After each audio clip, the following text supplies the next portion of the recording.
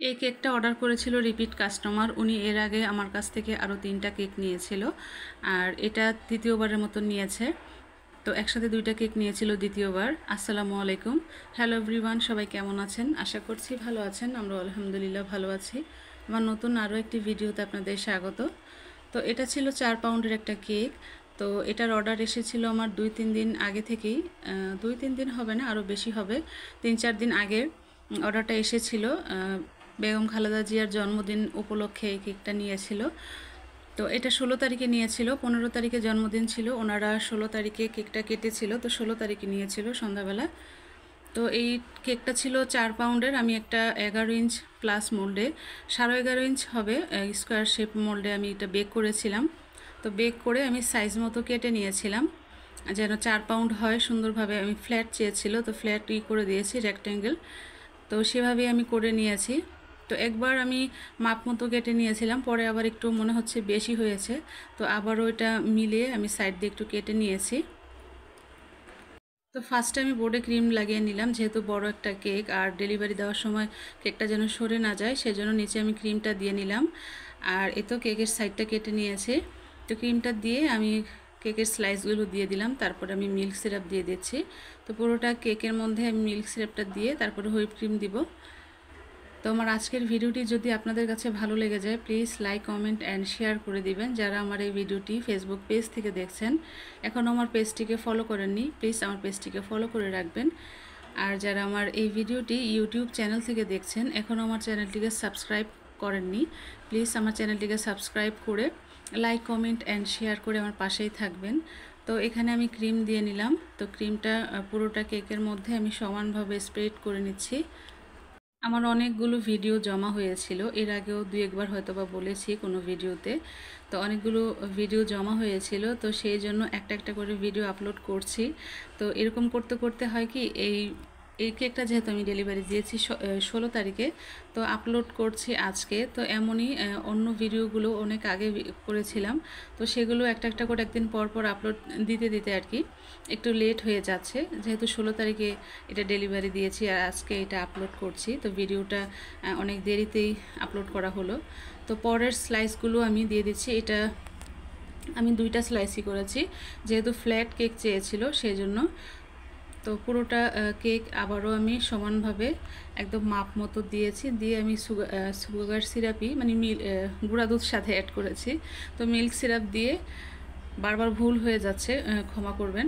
তো মিল্ক সিরাপটা দিয়ে আমি এখানে অল্প কিছু ক্রিম দিয়ে ক্রামকুট করে নিচ্ছি। তো ক্রামকুট করে এটা আমি ফ্রিজে রেখে দিয়েছিলাম। তো ফ্রিজে রেখে দিয়েছিলাম প্রায় 2 ঘন্টার মতো। এর আগেও কয়েকবার আপনাদেরকে বলেছিলাম যে আমার বাসা, যেহেতু আমার 3টা বাচ্চা আছে, তো ওরা কিছুক্ষণ পরপরই ফ্রিজ খুলে, আমি আধা ঘন্টা রেখে যে সেট করব সেটা আর হয়ে ওঠে না। আমি 1.5-2 ঘন্টা রেখে সেট করে তারপরেই আমি ডেকোরেশনটা করি। তো তারপরে বের করে আমি ডেকোরেশনটা করছি। এই কাজটা আমি অনেক রাতে করি, কারণ সবাই সজাগ থাকলে তখন কাজটা আমার করতে আনইজি লাগে, মানে ওরা যে পাশে থাকে বা কথা বলে ওইটা আমার ডিস্টার্ব বোধ হয়। সেজন্য ওরা ঘুমায় গেলে সবাই, তখন আমি 12টার পরে এই কাজগুলো করি। তো সবাই ঘুমিয়েছিল তখন এই কাজগুলো করা। তো পুরোটা কেকের মধ্যে আমি ক্রিম দিয়ে নিলাম। আমি কিন্তু এই কেকটার জন্য পুরো একটা ক্রিম নিয়েছিলাম, 1 কেজির পুরো একটা ক্রিম নিয়েছিলাম, পুরোটাই লেগেছিল। তো ফার্স্টে পাইপিং ব্যাগের মধ্যে যতটুকু নিয়েছিলাম ততটুকু আর কি, অর্ধেক কেক অবধি শেষ হয়ে গিয়েছিল, উপরের অর্ধেক হয়েছিল। তো পরে আবার মোটা পাইপিং কাটা ছিল, ওইটার মধ্যে ভরা ছিল, ওইটাও সাইডে দিয়ে দিলাম। দিয়ে পুরোটা সমান করছি। এটার ফিনিশিং আনতে আমার অনেক সময় লেগেছিল। স্কোয়ার শেপের কেকগুলো ফিনিশিং আনতে একটু সময় লাগে। তো বারবার মানে ফিনিশিং আনার চেষ্টা করছিলাম, আর খুবই খারাপ লাগছিল। ফ্যান অফ করে যেহেতু কাজ করতে হয়, যত বেশি সময় লাগে ততই খারাপ লাগে। অনেকখানি সময় লেগেছিল ফিনিশিং করার জন্য। আর এই কেকটা যেহেতু ফ্ল্যাট, তো এটার মধ্যে অত গর্জিয়াস কোনো কাজ হবে না। তো 3 কোণায় শুধু ফ্লাওয়ার দেওয়া হবে। তো গোলাপগুলো আমি আগেই করে ডিপ ফ্রিজে রেখে দিয়েছিলাম সেট হওয়ার জন্য। তো এটা ফিনিশিং দেওয়ার পর কিন্তু আমি ফ্রিজে রেখে দিয়েছিলাম কিছুক্ষণের জন্য, রেখে তারপরে আমি গোলাপগুলো আর কি সেট করেছি।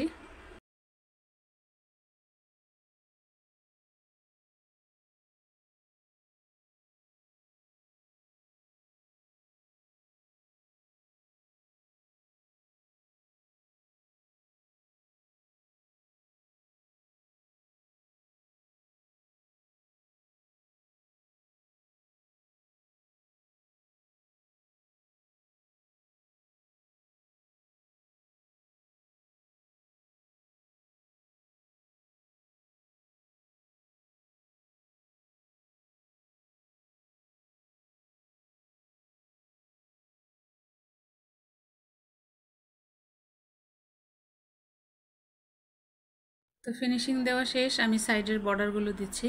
তো ওপরে যেভাবে আমি বর্ডারটা দিচ্ছি নিচেও সেমভাবে বর্ডারটা দিয়ে নেব। তো বর্ডারটা দেওয়া হয়ে গেলে উপরে আমি ফ্লাওয়ারগুলো সেট করব। তো ডিপ ফ্রিজে এতক্ষণে কিন্তু আমার ফ্লাওয়ারগুলো সেট হয়ে গেছে। তো এই তো একে একে আমি সব ফ্লাওয়ারগুলো বসাচ্ছিলাম, একটু নার্ভাস ছিলাম। এর আগে অতটা আমি ফ্লাওয়ার দিয়ে কেক করিনি, একটা বা দুইটা করেছিলাম, তো সেই জন্য ভয় লাগছিল। আর ফ্লাওয়ারগুলো ফার্স্ট টাইম করেছি, ফার্স্ট টাইম না, ফার্স্ট টাইম বললে ভুল হবে, এর আগে হয়তো বা একবার আমি করেছিলাম ফ্লাওয়ার, তো এটা দ্বিতীয়বারের মতো করা। খুব একটা ভালো হয়নি ফ্লাওয়ারগুলো, যেহেতু দ্বিতীয় টাইম করেছি, তো পরবর্তীতে আরও করলে হয়তো বা ভালো হবে। আর ফ্লাওয়ার কেকগুলোতে কিন্তু ক্রিম অনেক বেশি লাগে। তো তারপরে আমি ফ্লাওয়ারগুলো বসানোর পর আমি কিন্তু নাম উপরে লিখেছিলাম, মানে যেটা লিখতে বলেছিল আর কি সেটা কিন্তু লিখেছিলাম, তবে ওইটা আমি অফ ক্যামেরায় লিখেছি। যে কথাটা আমি বারবারই বলি যে আমি অন ক্যামেরায় লিখতে পারি না, এমনিতে আমার লেখা খুবই খারাপ হয়। তো অফ ক্যামেরায় লিখি, আমি অন ক্যামেরায় লিখতেই পারি না, আমার হাত কাঁপে। তো তারপরে সবুজ কালারের আমি এখানে পাতা দিয়ে দিচ্ছি, সবগুলো ফ্লাওয়ারের পাশে সবুজ কালারের পাতা দিচ্ছি। আর কালারটা কিন্তু হালকা রেখেছি, বেশি কালার দিলে ক্রিমটা তিতা হয়ে যায়, সেজন্য কম কালার দিয়েই আমি কাজটা করার চেষ্টা করি।